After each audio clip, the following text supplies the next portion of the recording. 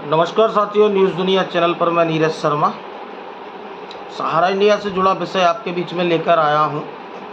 2 दिन से थोड़ी सी व्यस्तता थी जो है पारिवारिक जीवन में, इसके लिए आपके बीच में मैं आ नहीं पाया। और इस बीच में कई लोगों के मैसेज भी आए कि नीरज जी 2 दिन से आप जो है दिख नहीं रहे हैं, तो पारिवारिक व्यस्तता के कारण आप लोगों के बीच में नहीं आ पाए। मैं चर्चा करने वाला हूँ सहारा इंडिया की रीलॉन्चिंग। एक बड़ा शब्द है रीलॉन्चिंग। एक सहारा इंडिया को पुनः जीवित करने का प्रयास। सहारा का मैनेजमेंट कितना कर रहा है, सहारा का बोर्ड ऑफ डायरेक्टर कितने कर रहे हैं, ये समय बताएगा। लेकिन सहारा को रीलॉन्च करने का काम सहारा प्रबंधन से जुड़े और सहारा प्रबंधन को पाक साफ बताने वाले लोग और सहारा के चाटुकार लोग जरूर करते दिख रहे हैं। जो भी हो, अच्छी बात है सहारा अगर रीलॉन्च होती है तो, लेकिन आदमी को आशावादी होना चाहिए, निराशावादी नहीं होना चाहिए। लेकिन कुछ प्रश्न हैं, उन प्रश्नों पर भी जो है चर्चा करने की ज़रूरत है, उनको नज़रअंदाज करने की ज़रूरत नहीं है। कि जिस सहारा प्रबंधन को रीलॉन्च करने की बात सहारा के कुछ चुनिंदा सोशल मीडिया पर आने वाले लोग करते दिख रहे हैं, लेकिन और आपको अच्छे दिनों के सपने दिखाते हुए दिख रहे हैं, लेकिन ज़मीनी हकीकत जो है कोसों दूर है। कई यूट्यूब चैनल अपनी टीआरपी बढ़ाने के लिए, अपनी टीआरपी चमकाने के लिए और अपनी सोशल मीडिया प्लेटफॉर्म पर वो कैसे आगे बढ़ें उसको जो है वो प्रसारित करते दिख रहा है। तो सहारा की रीलॉन्चिंग कहाँ और कैसे हो रही है, इसमें मैनेजमेंट कैसे आगे बढ़ रहा है, इस पर मैनेजमेंट का कोई भी बयान, आधिकारिक बयान आज तक नहीं आया। साथियों, चाटुकार सहारा की रीलॉन्चिंग कर रहे हैं। बताया जा रहा है कि सब कुछ पहले जैसा होगा, सब कुछ अच्छा होगा और सब कुछ जो है देने की बात होगी। बताया जा रहा है कि चेयरमैन का चुनाव हो जाएगा इस सितंबर के आखिरी आने तक, और जो नवदुर्गा हैं उससे जो है सहारा के ऑफिसों को खोलने की शुरुआत हो जाएगी, नए चेयरमैन का चुनाव हो जाएगा और हमारी जो ज़मीनें हैं ऑफिसों से भुगतान देने की बात आगे जो बढ़ रही है, तो भुगतान की भी शुरुआत हो जाएगी। सहारा ग्लोबल, सहारा संचय, इन सभी स्कीमों का पे आउट देने की शुरुआत हो जाएगी। ये सोशल मीडिया पर सहारा के चाटुकार से जुड़े चैनल ये बताने का प्रयास कर रहे हैं कि सहारा इंडिया के कार्यकर्ताओं को उनका कमीशन की राशि उनको जो है दे दी जाएगी, निवेशक को जमा करता है उनको ब्याज की राशि दे दी जाएगी। तो सहारा के चाटुकारों से मैं ये कहना चाहता हूँ कि सहारा की कमीशन की राशि इनके कंप्यूटर के डेस्क बोर्ड में बची ही कहाँ है। सहारा ने इंडिया ने उन सभी को तो स्कीमों में जो है कन्वर्जन कर दिया, उन सभी की एफडी बना दी। जो सहारा के एजेंटों का कमीशन था उसको उठा लिया गया, तो वो कमीशन बचा ही कहाँ है। यानी सहारा के चाटुकार ये कहते दिख रहे हैं कि सहारा के कार्यकर्ताओं को उनके जो कमीशन की राशि है उनको वापस किया जाएगा, जो ग्लोबल के जमा करता है उनको पे आउट का ब्याज दिया जाएगा। इन सभी चीज़ों को जो है सपना दिखाया जा रहा है और सहारा की रीलॉन्चिंग की बात की जा रही है, लेकिन हकीकत में ये कहानी कोसों दूर है और सहारा का मैनेजमेंट को आगे आकर जो है बात करने की ज़रूरत है। लेकिन एक सोशल मीडिया प्लेटफॉर्म पर कई सहारा के चाटुकार सक्रिय हुए हैं, कई लोगों को आगे आकर सक्रिय किया गया है और आप लोगों को दिग्भ्रमित करने का काम ये लोग कर रहे हैं। और जब भी पैसे की बात की जाती है तो मिथ्या आरोप लगाने का काम लोग करते हैं कि आपने एफआईआर करवाई, आपने ऑफिसों को बंद करवाया, तो जमा करता क्या करे? क्या हाथ पर हाथ धरकर जो है बैठा रहे? क्या अपना पैसा मांगे ना? और जो लोग आज आपको इस सहारा रिफंड पोर्टल से अच्छे दिनों के सपने दिखा रहे हैं,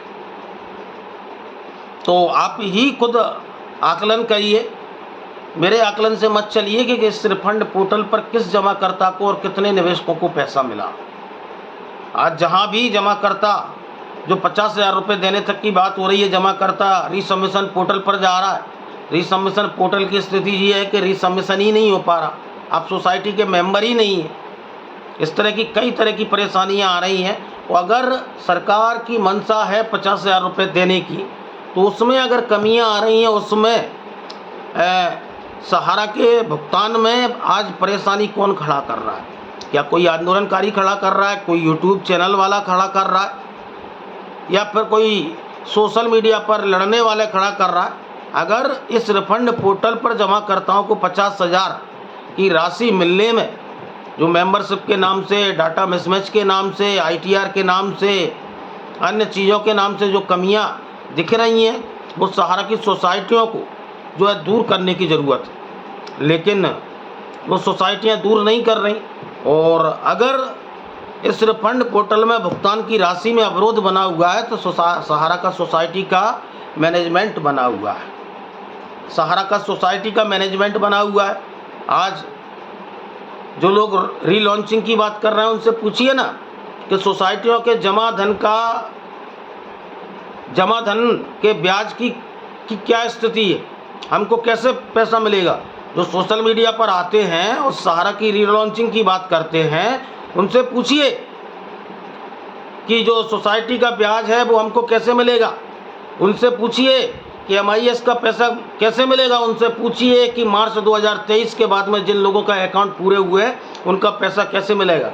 सहारा क्यूसॉप का पैसा कैसे मिलेगा, सहारा कॉमर्शियल का पैसा कैसे मिलेगा, सहारा ग्लोबल का पे आउट कैसे मिलेगा, सहारा ई-स्कूटी सॉल्यूशन का पैसा कैसे मिलेगा। लेकिन पूरा ठीकरा जो है आंदोलनकारियों पर और यूट्यूब चैनलों पर जो है फोड़ने का काम कर रहे हैं, और ये बताने का प्रयास कर रहे हैं कि पैसा जो नहीं मिल रहा वो तो आंदोलनकारियों की वजह से नहीं मिल रहा। लेकिन पैसा किसी आंदोलनकारी ने नहीं लिया, पैसा किसी संगठन ने नहीं लिया, पैसा सहारा की टर्म एंड कंडीशन पर जमाकर्ता ने जमा किया, एजेंटों ने जमा किया। और आज डिप्रेशन और तनाव में एजेंट खत्म हो जा रहे हैं, जिसकी आज कोई बात करने के लिए तैयार नहीं। और मैं आपको बता दूं कि जो सोशल मीडिया पर चेहरा दिखाने के लिए आते हैं कोट पैंट पहनकर, ऐसे लोगों से बचने की ज़रूरत है। उनके पास में कोई विकल्प नहीं है, केवल और केवल सहारा से भी विवाद और जो पिछली जो है एमबार्गो का जिक्र करने के अलावा आप वर्तमान की बात करिए, वर्तमान में कैसे पैसा मिलेगा उसकी बात करिए।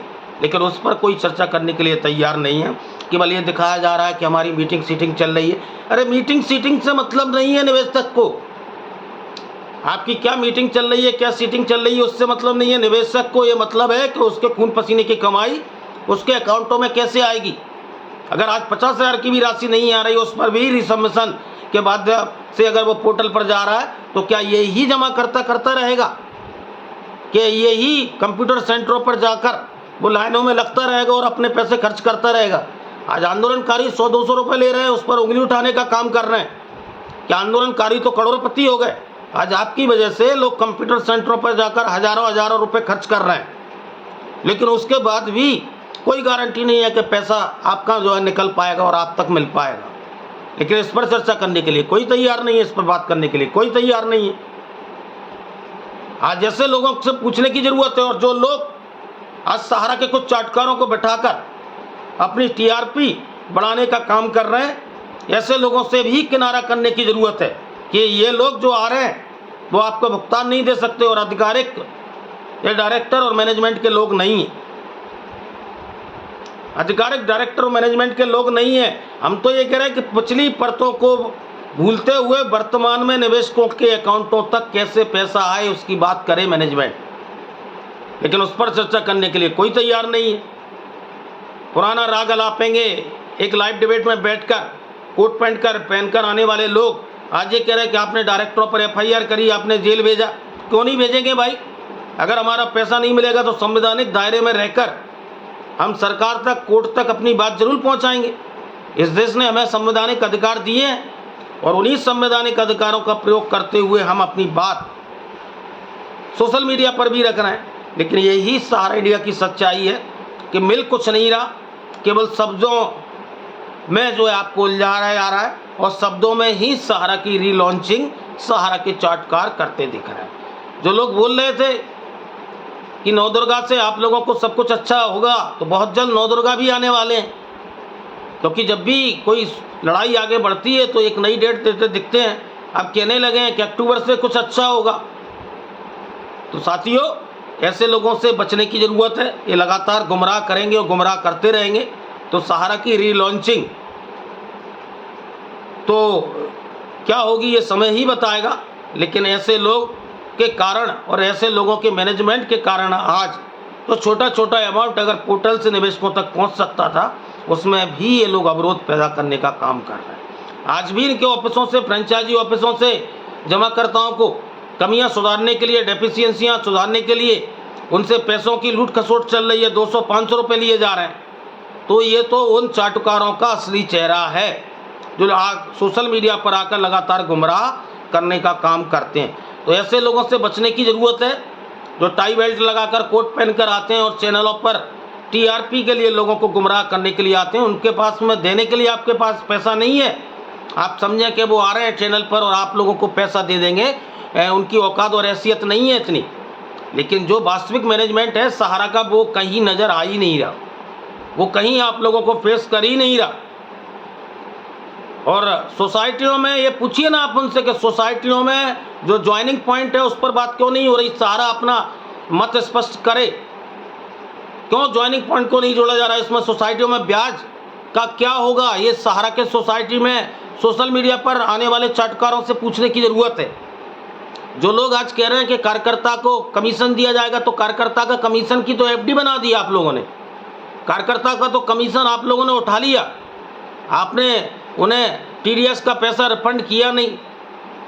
जो लोग पैसे मांग रहे हैं उनको जो है टर्मिनेट कर दिया, उनका फ्यूचर फंड की राशि दी नहीं, उनको अन्य जो सुविधाएं मिलती हैं वो दी नहीं।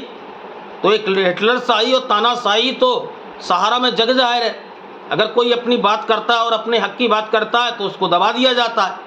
और यही कारण है कि आज सहारा के भुगतान का मुद्दा इतना विकराल रूप धारण कर चुका है। अगर आप ये समझ रहे हैं कि आप सोशल मीडिया पर आकर लोगों को गुमराह करते रहेंगे, सोशल मीडिया पर आकर सहारा की रीलॉन्चिंग का सपना दिखाते रहेंगे, तो ये हकीकत से कोसों दूर है। सहारा ज़मीनी धरातल पर आए और निवेशकों को भुगतान की बात करे और रिफंड पोर्टल में आ रहे अवरोधों को दूर करे। बात कम करें, काम ज़्यादा करें और निवेशकों के भुगतान के लिए सहारा का सोसाइटी का मैनेजमेंट डेफिशिएंसी को दूर करने का काम करे। क्या 14 महीने में क्यों डेफिशिएंसी दूर नहीं हुई? क्यों मेंबरशिप अपलोड नहीं हुई? क्यों आज जमाकर्ताओं को रिफंड पोर्टल से पैसा नहीं मिल पा रहा? ये कमी किसकी है? किसी जमाकर्ता की है? किसी कार्यकर्ता की है? ये कमी है सहारा के सोसाइटी के मैनेजमेंट की, जिस पर आज कोई चर्चा नहीं कर रहा, कोई बात करने के लिए तैयार नहीं है। लेकिन कुछ सोशल मीडिया पर आने वाले और टीआरपी बटोरने वाले लोग लगातार रीलॉन्चिंग के नाम से गुमराह कर रहे हैं। तो ऐसे लोगों से गुमराह होने से आप लोगों को बचने की ज़रूरत है। वास्तविक रूप से ज़मीनी धरातल पर कुछ कर दिखाइए, तब मानेंगे कि कुछ सहारा काम करने के लिए आगे बढ़ रहा है। सहारा तो पैसा दे ही देता है, जहाँ इन पर शिकंजा कसता है वहाँ पैसा दे देता है। आज आप लोगों को ये दिखाया जा रहा है कि एमआरओ लगा था। क्या 5 तारीख के आदेश में कोई स्पष्ट आदेश सुप्रीम कोर्ट ने दिया है कि 5 सितंबर के बाद हमने एमआरओ ख़त्म किया है? कोई आदेश में विधिवत है? नहीं है। लेकिन यही 10 साल से 12 साल से आपको एमआरओ के जिन्न के नाम से आपको गुमराह किया जा रहा है। आज ज़मीनी धरातल पर निवेशकों को कैसे पैसा मिले उसकी बात होने की ज़रूरत है। सहारा के रीलॉन्चिंग करो, कुछ भी करो, हमें मतलब नहीं है, लेकिन जमाकर्ताओं के अकाउंट तक पैसा वापस मिलना चाहिए। आज उस डिप्रेशन में एजेंट और निवेशक खत्म हो जा रहे हैं। संयुक्त ऑल इंडिया जन आंदोलन संघर्ष न्याय मोर्चा न्यूज़ दुनिया चैनल सभी साथियों से आह्वान कर रहा है कि आप धैर्य रखें, विश्वास रखें। आपके भुगतान की लड़ाई को अलग अलग संगठन सम्मानित सुप्रीम कोर्ट के पटल तक पहुंच चुके हैं और वो दस्तक दे रहे हैं। पीआईएल के माध्यम से दस्तक दी जा रही है कि एक एक निवेशक का संपूर्ण भुगतान आप लोगों को वापस मिले। उसके लिए हम चढ़ बढ़कर संयुक्त ऑल इंडिया जन आंदोलन संघर्ष न्याय मोर्चा सुप्रीम कोर्ट में अपनी सहभागिता को बढ़ा रहा है और आपका भुगतान सुनिश्चित हो, उसकी लड़ाई लड़ रहा है।